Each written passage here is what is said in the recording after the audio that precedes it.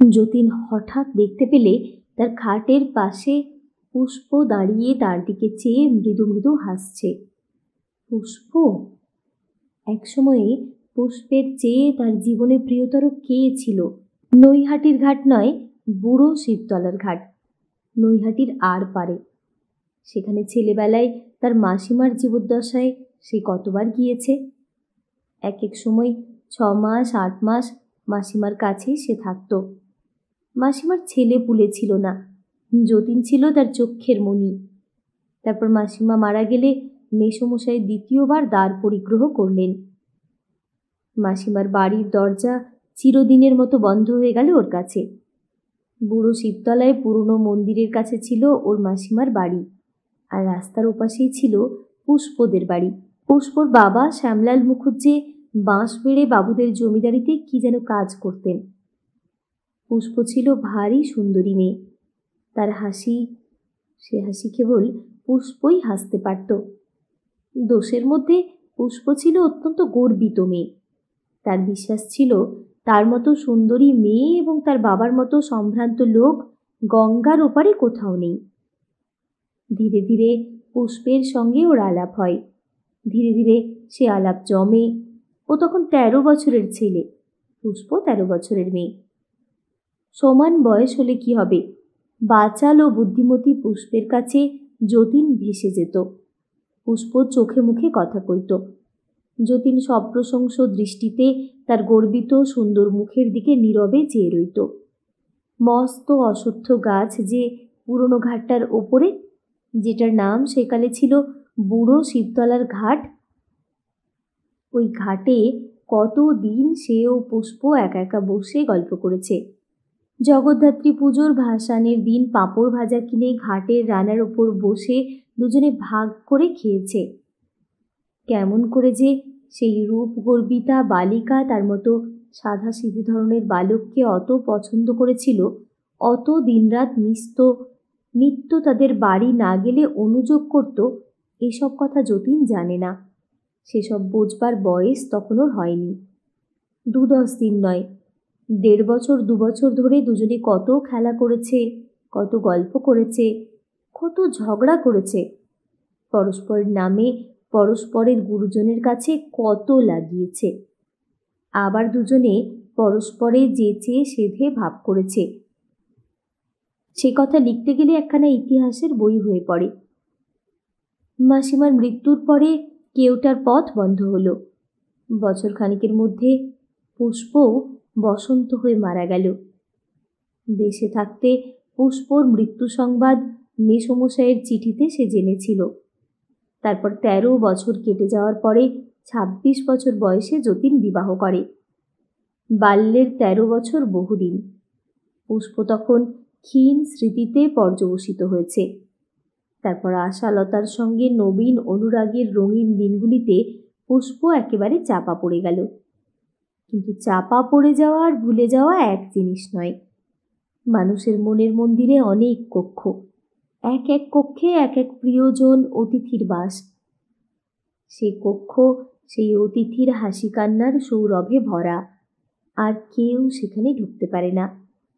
প্রেমের এ অতিথিশালা বড় অদ্ভুত। অতিথি যখন দূরে থাকে তখনও যে কক্ষ সে একবার অধিকার করেছে সে তারই এবং তারই চিরকাল, আর কেউ সে কক্ষে কোনো দিন কোনো কালে ঢুকতে পারে না। সে যদি আর ফিরেও না আসে কখনো, চিরদিনের জন্যই চলে যায় এবং জানিয়ে দিয়েও যায় যে সে ইহ জীবনের মতোই চলে যাচ্ছে, তখন তার সকল স্মৃতির সৌরভ শুদ্ধ সে ঘরের কপাট বন্ধ করে দেওয়া হয়। তারই নাম লেখা থাকে সে দোরের বাইরে, তার নামেই উৎসর্গীকৃত সে ঘর, আর কারও অধিকার থাকে না দখল করবার। পুষ্পের ঘরের কপাট বন্ধ ছিল, চাবি দেওয়া, বাইরে ছিল পুষ্পের নাম লেখা। হয়তো চাবিতে মরচে পড়েছিল, হয়তো কপাটের গায়ে ধুলো মাকড়সার জাল জমেছিল, হয়তো এ ঘরের সামনে অনেক দিন কেউ আসেনি, কিন্তু সেই ঘর দখল করে কার সাধ্য? আশালতা সেই ঘরে ঢোকেনি। আশালতার ঘর আলাদা, সেই পুষ্প। যতীন অবাক দৃষ্টিতে ওর দিকে চেয়ে রইল। প্রথমেই যে কথাটা ওর মনে হয়ে উঠল যে পুষ্পের সঙ্গে শেষবার দেখা হওয়ার পরে যে বহু বছর কেটে গিয়েছে, 13 বছর পরে সে বিয়ে করে আশাকে। বিয়ে করেছেও আজ 10 বছর। এই দীর্ঘ দীর্ঘ 23 বছর পরে কেওটার বুড়ো শিবতলার ঘাটের সেই রূপসী মেয়ে বালিকা পুষ্প কোথা থেকে এলো? যে বয়সে তারা দুজনে নৈহাটির ঘাটে বসে বৈঠার পাটে খেলা করেছিল, ফুল ভাসাবে জলে। বুড়ো শিবতলার ঘাটের প্রাচীন সোপান শ্রেণীর ওপরে বাঁকাভাবে অস্ত সূর্যের আলো এসে পড়েছে, ঘাটের রানায় শ্যাওলা জমেছে। ঠিক ওপারে হালি শহরে শ্যামাসুন্দরী ঘাটের মন্দিরেও পড়েছে রাঙা আলো, কিন্তু সেটা পড়েছে পশ্চিম দিক থেকে সোজাভাবে গিয়ে। এখনও সেই প্রাচীন পাখির দল ডাকছে বড় অশ্বত্থ গাছটার ডালে ডালে। সাদা পাল তুলে ইলিশ মাছ ধরা পুরনো জেলে ডিঙ্গির সারি চলেছে ত্রিবেণীর দিকে। যতীন বসে পুষ্পের সঙ্গে গত বারোয়ারিতে যাত্রায় দেখা কি একটা পালার গল্প করছে। 23 বছর পরেও পুষ্প এখনও সেই রকমটি দেখতে রয়েছে কেমন করে। কিন্তু পরক্ষণেই তার মনে হলো পুষ্প তো নেই, সে তো বহুকাল মরে গিয়েছে। ব্যাপার কি? সে স্বপ্ন দেখছে নাকি? পুষ্প কিন্তু এগিয়ে এসে হাসি মুখে বললে, অবাক হয়ে চেয়ে দেখছো কি? চিনতে পেরেছ? বলো তো আমি কে? যতীন তখনও হাঁ করে চেয়েই আছে। বললে, খুব চিনেছি, কিন্তু তুই কোথা থেকে এলি পুষ্প? তুই তো কত কাল হলো। পুষ্প খিলখিল করে হেসে উঠে বললে, মরে গিয়েছি? অর্থাৎ তোমার হাড় জুড়িয়েছিলই তো। কিন্তু তুমিও যে মরে গিয়েছো যতুদা, নইলে তোমার আমার দেখা হবে কেমন করে? তুমিও পৃথিবীর মায়া কাটিয়েছ, অর্থাৎ পটল তুলেছ। যতীনের হঠাৎ বড় ভয় হলো। এইসব কি ব্যাপার? তার জ্বর হয়েছিল খুব, সে কথা মনে আছে। তারপর মধ্যে কি হয়েছিল তার জানা নেই। বর্তমানে বোধহয় তার জ্বরের ঘোর খুব বেড়েছে। জ্বরের ঘোরে আবোল তাবোল স্বপ্ন দেখছে। তবু সে এতকাল পরে পুষ্পকে দেখতে পেয়ে ভারী খুশি হলো। স্বপ্নই বটে, কিন্তু মধুর স্বপ্ন। পুষ্প কিন্তু ওকে ভাববার অবকাশ দিলে না। বললে, পুরনো দিনের মতো দুষ্টুমি করো না যতুদা, এখন তুমি ছেলে মানুষটি নেই। এখানে আমার নিঃশ্বাস বন্ধ হয়ে আসছে, থাকতে পারছি না, এখন এসো আমার সঙ্গে। সে হঠাৎ পাগল হয়ে গেল নাকি? সে তো কিছুই বুঝতে পারছে না। যাবে কোথায় চলে সে? পুষ্পই বা আসে কোথা থেকে? অথচ সে তো তার এই পুরনো ঘরেই রয়েছে। ওই তো চুনবালি খসা দেওয়াল, ওই তো উঠোনের পেঁপে গাছটি, ওই পৈতৃক আমলের গোলার ভাঙা সিঁড়ি। পুষ্পকে সে বললে, তুই কি করে জানলি আমার অসুখ করেছে? প্রশ্ন করলে বটে, অথচ যতীন সঙ্গে সঙ্গে ভাবলে, আশ্চর্য, কাকে এ কথা জিজ্ঞেস করছি? পুষ্প যে 23 বছর আগে মারা গিয়েছে তাকে। অদ্ভুত স্বপ্ন তো, এমন ধারা স্বপ্ন তো সত্যিই জীবনে কোনোদিন দেখিনি। পুষ্প বললে, কি করে জানলুম? বেশ কথাটি বললে তো যতুদা। তোমার এই ঘরে তোমার কাছে আমি বসে নেই পরশু তোমার জ্বর হওয়ার দিন থেকে? দিনে রাতে অনবরতই তো তোমার শিওরে বসে। বলিস কি পুষ্প, আমার শিওরে তুই বসে আছিস দুদিন থেকে? পুষ্প, একটা কথা বলতো, আমি পাগল হয়ে যাইনি তো জ্বরের ঘোরে? সবাই ওরকম কথা বলে যতুদা। প্রথম প্রথম যারা আসে তাদের 12 আনা ওই কথাই বলে। তারা বুঝতে পারে না তাদের কি হয়েছে। তুমিও জ্বালালে যতুদা।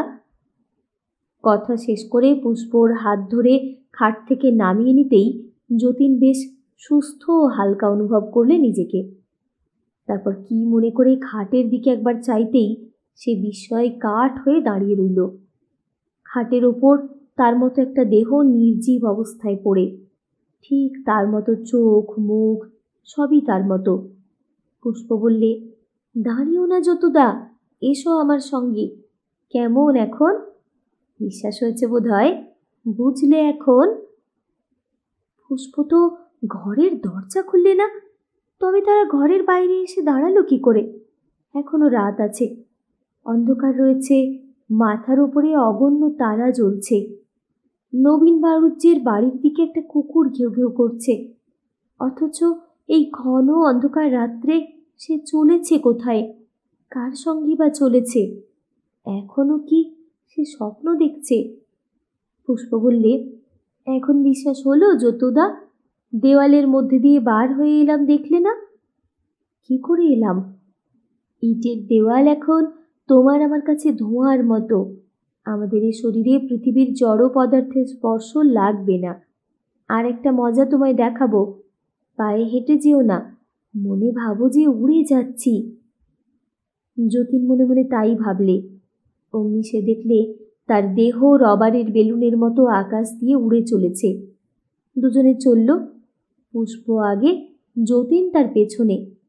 কোথায় যাচ্ছে যতীন কিছুই জানে না। সে অনেক কথা ভাবছিল যেতে যেতে। এক অদ্ভুত ঘটনা ঘটল তার জীবনে। এমন আর কখনো হয়নি। স্বপ্নে কি এমন সব ব্যাপার ঘটে? স্বপ্ন যদি না হয়, তবে কি সে পাগল হয়ে গেল? তাই বা কেমন করে হয়? তবে পুষ্প আসে কোথা থেকে? কিংবা সবটাই মনের ধাঁধা, হ্যালুসিনেশন? একে বলে মৃত্যু? এরই নাম যদি মৃত্যু হয়, তবে লোকে এত ভয় করে কেন? কেউ তো কখনো তাকে বলেনি যে মৃত্যুর পরে মানুষ জীবিত থাকে। বরং তার মনে হচ্ছে সে আরও বেশি জীবন্ত হয়েছে, বেঁচেই বরং রোগের যন্ত্রণায় দুর্বল হয়ে পড়েছিল।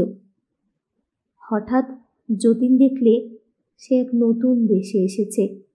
দেশটা পৃথিবীর মতোই, তার পায়ের তলায় নদী, গাছপালা, মাঠ সবই আছে, কিন্তু তাদের সৌন্দর্য অনেক বেশি।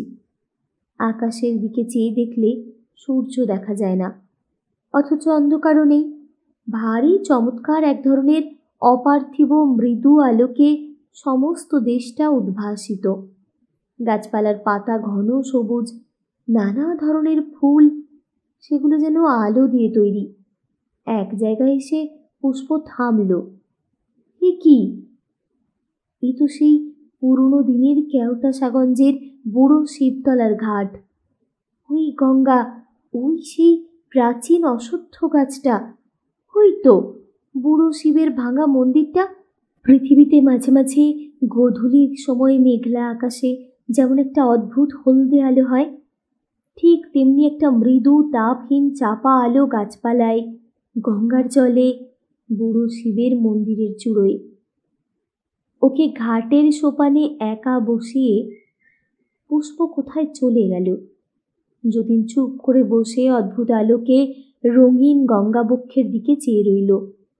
বাল্যের শত সুখের, শত আনন্দ স্মৃতির রঙ্গস্থল সেই পুরনো জায়গা। ওই তো ওপারে শ্যামা সুন্দরীর ঘাট, শ্যামা সুন্দরীর মন্দির। কিন্তু আশ্চর্য এই যে কোনো দিকে আর কোনো লোকজন নেই। এতখানি সুবিস্তীর্ণ স্থান একেবারে নির্জন, কেউ কোথাও নেই সে ছাড়া। এমন সময়ে অশ্বত্থ গাছের তলায় সেই প্রাচীন পথটা দিয়ে পুষ্পকে আসতে দেখা গেল। তার খোপায় কি একটা ফুলের মালা জড়ানো। যতীন বললে, এ কোথায় এলাম পুষ্প? বুড়ো শিবতলার ঘাট না? এ কি সাগঞ্জ কেওটা? পুষ্প যেন সত্যি দেবী। যতীন তার দিকে চেয়ে সেটা এবার ভালোভাবেই বুঝতে পারলে। এমন গাঢ় যৌবনা, শান্ত আনন্দময়ী মূর্তি মানবীর হয় না। কি রূপই তার ফুটেছে, কি জ্যোতির্ময় মুখশ্রী! যতীন অবাক হয়ে ওর দিকে চেয়ে রইলে। পুষ্প বললে, না যতুদা, এ স্বর্গ। সকলের স্বর্গ তো এক নয়। তারপর মৃদু হেসে সলজ্জ সুরে ওর মুখের দিকে চেয়ে বললে, এ আমার স্বর্গ, তোমার আর আমার স্বর্গ। যতীনকে পুষ্প একটা ছোটখাটো সুন্দর বাড়িতে নিয়ে গেল। সে বাড়ি ইট কাঠের তৈরি নয়, যেন মনে হয় এক ধরনের মার্বেল পাথরে তৈরি। কিন্তু মার্বেল পাথরও নয় সে জিনিস। বাড়ির চারধারে ফুলের বাগান, সবুজ ঘাসের মাঠ, দূরে গঙ্গা দেখা যাচ্ছে। পুষ্প বললে, এসব আমার তৈরি। জানো, আমি এদেশে এসেছি আজ 18 বছর।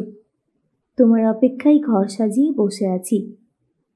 পৃথিবীতে কেওটার গঙ্গার ঘাটের চেয়ে প্রিয়তর আমার কাছে আর কিছু ছিল না। এখানে এসে কল্পনায় তাই সৃষ্টি করেছি। এখানে যার যা ইচ্ছে কল্পনায় গড়ে নিতে পারে। এই বাড়িও আমার কল্পনায় তৈরি। যতীন বললে, কেমন করে হয়? এদেশে বস্তুর ওপর চিন্তার শক্তি খুব বেশি। পৃথিবীর বস্তুর মতো এখানকার বস্তু নয়, আরও অনেক সূক্ষ্ম, অন্য ধরনের। সে পরে নিজেই টের পাবে। চিন্তা শক্তি প্রয়োগ করতে তোমাকেও শিখতে হবে। সৃষ্টি করতে হলে পৃথিবীতেও যেমন চিন্তার দরকার, এখানেও তার চেয়েও বেশি দরকার। চিন্তার শক্তিকে যে বাড়াতে পেরেছে, ইচ্ছামতো চালাতে পারে, সে দেশের বড় কারিগর। কিন্তু এও যে বস্তু, সে বিষয়ে ভুল নেই। পৃথিবীর মানুষ যাকে চেনে সে বস্তু নয়, তাহলেও বস্তুই। আমার বাবা মা কোথায় পুষ্প? এখনই আসবেন। অসুখের সময় তোমার মা আর আমি তোমার শিয়রে বসে থাকতাম। তারা অন্য জায়গায় থাকেন। পৃথিবী থেকে তোমাকে আনতে যাচ্ছিলেন, কিন্তু সন্তানের মরণের দৃশ্য তাদের দেখতে কষ্ট হবে ভেবে আমি তাদের যেতে বারণ করি। তোমার পৃথিবীর দেহটা বড্ড খারাপ দেখতে হয়ে গিয়েছিল মরণের আগে। মাগো, ভাবলে ভয় করে। যতীন বললে, আর তোমাদের দেখলে আমার ভয় হচ্ছে না? তোমরা যে ভূত, সেটা খেয়াল আছে? পুষ্প বললে, সে তো তুমিও। যতীন বললে, এদেশে আর সব লোক কোথায় গেল পুষ্প? এখানে কি তুমি আর আমি দুটি প্রাণী? তোমার বাবা মা কোথায়? পুষ্প হেসে বললে, এটা 3য় স্তরের ওপরের অঞ্চল। তুমি জীবনে অনেক কষ্ট পেয়েছো বলে এখানে আসতে পেরেছ, আর এসেছো আমি এখানে তোমায় ডেকেছি। ভগবানের কাছে কত প্রার্থনা করেছি তোমার দুঃখের দিনের অবসানের জন্য। সেসব কথা তুমি কি জানো? নইলে সাধারণ লোক মরার পরে এই জায়গায় আসতে পারে না। আমার বাবা এখনো মরেননি, খুব বুড়ো হয়েছেন, কালনায় আছেন আমাদের দেশে। মা অনেক বছর স্বর্গে এসেছেন বটে, কিন্তু তিনি অন্য জায়গায় আছেন। এই স্তরের নিয়ম এই যে, তুমি যদি ইচ্ছে করো তুমি কাউকে দেখতে পাবে না, কেউ তোমাকে দেখতে পাবে না। তুমি আমি এখন নির্জনে খানিকটা থাকতে চাই। কতকাল তোমায় দেখিনি, তোমার সঙ্গে কথা বলিনি। আমি চাই না যে এখানে এখন অন্য কেউ আসে। কথা শেষ করে পুষ্প এক দৃষ্টি গঙ্গার দিকে চেয়ে কি যেন দেখলে।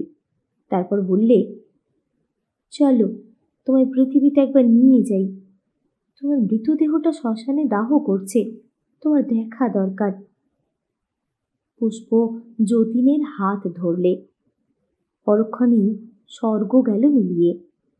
তাদের গ্রামের শ্মশানে যতীন দেখলে সে আর পুষ্প দাঁড়িয়ে আছে। চিতার ধোঁয়া জিউলি গাছটার মাথা পর্যন্ত ঠেলে উঠেছে। যতীন হেসে বললে, দেখছিস পুষ্প, পুণ্যাত্মার চিতার ধোঁয়া কতদূর উঠেছে। পুষ্প বললে, আমি না থাকলে পুণ্যাত্মাগিরি বেরিয়ে যেত। তাদের পাড়ার ছেলে ছোকরার দল মৃতদেহ এনেছে। বুড়োদের মধ্যে এসেছেন নবীন বাড়ুজ্জে, তিনিই মুখাগ্নি করছেন। সকলেই আশালতাকে কি করে খবরটা দেওয়া যায় সেই আলোচনা করছে। যতীন হঠাৎ বলে উঠল, পুষ্প, আশালতাকে একবার দেখব, নিয়ে যাবি? ওর বড় সর্বনাশ করে গেলাম, ওর জন্য ভারী মন কেমন করছে। পুষ্প বললে, ভাবো যে তুমি আশালতাদের বাড়ি গিয়েছ, বেশ মনকে শক্ত করে ভাবো। আশালতা স্বামীর মৃত্যু সংবাদ কিছুই জানে না। সে দুপুরে খাওয়ার পরে আঁচল পেতে ঘুমোচ্ছে। তাকে সে অবস্থায় নিশ্চিন্ত মনে মাটির ওপর ঘুমোতে দেখে দুঃখে ও সহানুভূতিতে যতীনের মন পূর্ণ হয়ে গেল। আহা, হিন্দুর মেয়ে, স্বামীর অভাবে ছোট ছোট ছেলে মেয়ে দুটিকে নিয়ে কি অসহায় অবস্থাতেই পড়ল। আজ হয়তো বুঝতে পারবে না, কিন্তু একদিন বুঝতেই হবে। মায়ের পাশে ছোট মেয়েটি ঘুমোচ্ছিল। খোকা পাড়ায় কোথায় খেলতে গিয়েছে। এই বয়সে পিতৃহীন হলো। সত্যি কি দুর্ভাগা ওরা। পুষ্প ওসব ভাবনা যতীনকে ভাবতে দিলে না। বললে, চলো যাই, পৃথিবীতে বেশিক্ষণ থাকার নিয়ম না। আশালতাকে আঁচল পেতে মাটিতে ঘুমোতে দেখে পর্যন্ত যতীন যেন কেমন হয়ে গিয়েছিল। তার আদৌ ইচ্ছে নেই স্বর্গে যেতে। তার মন আর কোথাও যেতে চায় না। পুষ্প বলল, যতীনদা, তুমি এত ভালোবাসো আশাকে? ওর মতো হতভাগিনী মেয়েও দেখিনি। ও তোমাকে বুঝলো না। সত্যি কষ্ট হয় ওর জন্য। কিন্তু তুমি এখানে থেকে ওর কোনো সাহায্যও করতে পারবে না। চলো যাই। গতির বেগে পৃথিবীটা কোথায় মিলিয়ে গেল। শুধু মেঘ, সাদা মেঘ চারদিকে। ওদের পায়ের তলায় বহু দূরে কোথায় অভাগিনী আশালতা মেঝেতে আঁচল পেতে নিশ্চিন্ত মনে ঘুমোতে লাগল। যতীন বাড়ি ফিরে এসে দেখলে একটি মহিলা তার জন্য অপেক্ষা করছেন। প্রথমে দূর থেকে তার মনে হলো একে কোথায় সে দেখেছে, কিন্তু মহিলাটি যখন ছুটে এসে তাকে বুকের মধ্যে জড়িয়ে ধরলেন, তখন তার চমক ভাঙল। বাবা মন্টু, বাবা আমার, আমার মানিক। যতীন মায়ের পায়ের ধুলো নিয়ে প্রণাম করলে। মায়ের মুখের দিকে চেয়ে সে অবাক হয়ে গেল। 52 বছর বয়সে তার মায়ের মৃত্যু হয়, কিন্তু এখন তার মুখে বার্ধক্যের চিহ্ন মাত্র নেই। তাই বোধহয় সে মাকে চিনতে পারেনি প্রথমটা। বাবা কোথায় মা? যতীন কথা শেষ করে দোরের দিকে চাইতেই বাবাকে দেখতে পেলে। 50 বছর বয়সে যতীনের বাবা মারা গিয়েছিলেন। এই চেহারা তত বয়সের নয়। এদেশে প্রৌঢ় বা বৃদ্ধ লোক নেই। যতীন বাবাকে প্রণাম করতেই তিনি এগিয়ে এসে ওকে আশীর্বাদ করলেন। বললেন, তোমার এখনো আসবার বয়স হয়নি বাবা। আর কিছুদিন থাকলে বিষয় সম্পত্তিগুলোর একটা গতি করতে পারতে। মাখন রায়ের জমিটা কত শখ করে খরিদ করেছিলাম কাছারির নিলামে, সেটা রাখতে পারলে না বাবা। আর বেচলে বেচলে ওই শশধর চক্রবর্তী ছাড়া কি আর লোক পেলে না? যতীনের মা বললেন, হা হা, বাছা এলো পৃথিবী থেকে এত কষ্ট পেয়ে। তোমার এখন সময় হলো পুরা বিষয়ের কথা নিয়ে ওকে বকতে। কি হবে বিষয় এখানে? কি কাজে লাগবে মাখন রায়ের জমি এখানে? আমায় বুঝিয়ে বলো তো শুনি। যতীনের বাবা বললেন, তুমি মেয়ে মানুষ, বিষয়ের কি বোঝো? তুমি সব কথার ওপর কথা বলতে আসো কেন? মাখন রায়ের জমি। পুষ্প ঘরে ঢুকতে যতীনের বাবা কথা বন্ধ করে বেরিয়ে গেলেন। যতীনের মা বললেন, পুষ্পকে চিনতে পেরেছিলি তো মন্টু? যতীন বললে, খুব। ওর মতো তোকে ভালোবাসতে আর কাউকে দেখলুম না। এই 18-19 বছর ও এখানে এসেছে। এই বাড়ি ঘর সাজিয়ে তৈরি করে তোরই অপেক্ষায় বসে আছে। পুষ্প তোকে এনেছে বলেই 3য় স্তরে আসতে পেরেছিস, নইলে হতো না। আর উনি এখনো 2য় স্তরে পড়ে রইলেন। বিষয় সম্পত্তি ওর কাল হয়েছে। এসেছেন আজ 16 বছর, বিষয়ের কথা ভুলতে পারলেন না। সেই ভাবনা সর্বদা। এত করে বোঝাই, এত ভালো কথা বলি, ওর চোখ সেই পৃথিবীর জমি জমার দিকে। কাজেই ওপরে উঠতে পারছেন না কিছুতেই। যতীনের মা দীর্ঘ নিঃশ্বাস ফেলে খানিকটা চুপ করে রইলেন। তারপর স্নেহের দৃষ্টিতে পুষ্পর দিকে চেয়ে বললেন, উন্নতি করেছে আমার পুষ্প মা, এরকম কেউ পারে না। এত অল্প দিনেও যেখানে আছে এখানে আসা যায় না। ওর পবিত্র একনিষ্ঠ ভালোবাসা এখানে এনেছে ওকে। কত উঁচু জাতির লোকের সঙ্গে ওর আলাপ আছে দেখিস এখন। তারা যখন আসেন আমি থাকতে পারি নে তাদের সামনে। যতীন বললে, মা, তুমি কোন স্তরে আছো? আমি ওর সঙ্গে দ্বিতীয় স্তরে থাকি। ওকে ছেড়ে আসি কেমন করে? ওকে এত করে বলি, কানে কথা যায় না। ওই দেখলি না, এখানে বেশিক্ষণ দাঁড়াতে পারলেন না। বিশেষত পুষ্পর সামনে উনি দাঁড়াতে পারেন না। ওর তেজ উনি সহ্য করতে পারেন না। পুষ্প লজ্জায় রাঙা হয়ে বললে, কি যে বলো মা। তারপর সে ঘরের বাইরে চলে গেল। যতীনের মা বললেন, না মন্টু, সত্যি বলছি, শোন, তুমি নতুন এসেছো, তোমার পক্ষে এখন বোঝা অসম্ভব যে পুষ্প কত উঁচু দরের আত্মা।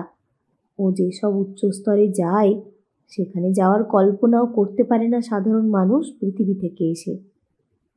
তোমার জন্য ও এখানে কষ্ট করে থাকে, নইলে এর অনেক উঁচুতে ওর জায়গা। আর কি ভালোবাসার প্রাণ ওর! সেই কবে ছেলেবেলায় সাগঞ্জ কেউটাতে থাকতে তোকে ভালো লেগেছিল।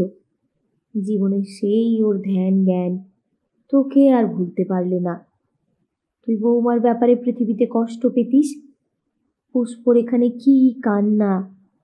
ওর মতো আত্মার পৃথিবীতে যেতে কষ্ট হয়, কিন্তু তোমার জন্য সদা সর্বদা ও সেখানে যেত। ওকে দেখতে পাওয়া পুণ্যের কাজ। সম্মুখের এই সুন্দর আকাশ, ওই কলসিনী ভাগীরথী, অদ্ভুত রঙের বনানী, অপরিচিত বনলতার সর্বাঙ্গ ছেয়ে যেসব অপরিচিত বনপুষ্পরাজি, এই শান্তি, এই রূপ, এও যেমন স্বপ্ন, পুষ্পের কথা, পুষ্পের ভালোবাসাও তেমনি স্বপ্ন। তার জীবনে সে শুধু নিজেকে ভুলিয়ে এসেছে সুখ পেয়েছে বলে, কিন্তু সত্যিই কোনো জিনিস পায়নি কখনো। আজ মৃত্যুপারের দেশে এসে তার সারা জীবনের স্বপ্ন সার্থক হতে চলেছে, এ কথা তার বিশ্বাস হয় না। কোনটা স্বপ্ন, কোনটা বাস্তব? তার কুড়ুলে বিনোদপুরের বাড়ি, না এই স্বপ্নলোক, আশালতা, না পুষ্প? যতীনের মা বললেন, তাঁরা ওকে বড় ভালোবাসেন, মাঝে মাঝে অনেক ওপরে নিয়ে যান তাঁদের রাজ্যে। আমি ওর মুখে সেসব গল্প শুনেছি। ইচ্ছে হয় এক্ষুনি যাই, কিন্তু আমাদের অনেক বছর কেটে যাবে সে রাজ্যে পৌঁছতে, তবু পৌঁছতে পারবো না। সাধারণ মানুষ পৃথিবী থেকে যারা আসে, তারা এত নিম্ন স্তরের জীব যে এই তুমি যেই দেশে আছো, এই তাদের কাছে উচ্চ স্বর্গ। অন্য সব উচ্চ স্তরের কথা বাদই দাও। একটা আশ্চর্য চাপা আলো আকাশের এক কোণ থেকে এসে পড়ল। সমস্ত স্থানটা অল্পক্ষণের জন্য নীল আলোয় আলো হয়ে উঠল। আবার তক্ষুনি সেটা মিলিয়ে গেল একটা ঠান্ডা নীলোজ্জ্বল আলোর সার্চলাইট যেন 2 সেকেন্ডের জন্য কে ঘুরিয়ে দিলে। যতীন বললে, ও কিসের আলো মা? আমি কিছু বলতে পারবো না বাবা, এইসব দেশের ব্যাপার ভারী অদ্ভুত। চন্দ্র সূর্যের দেশ এ নয়। আমি মূর্খ মেয়ে মানুষ, আমি কি করে জানবো কি থেকে কি হয়? দেখি চোখে এই পর্যন্ত, কেন ঘটে, কিসের থেকে ঘটে, সেসব যদি জানবো তবে তো জ্ঞানী আত্মা হয়ে যাব। পুষ্পও জানে না। পুষ্প মেয়ে মানুষ, ও ভালোবাসায় বড় হয়ে এখানে এসেছে, জ্ঞানে নয়। ওসব কথার উত্তর সে দিতে পারবে না। আচ্ছা, আমি এখন আসি মন্টু।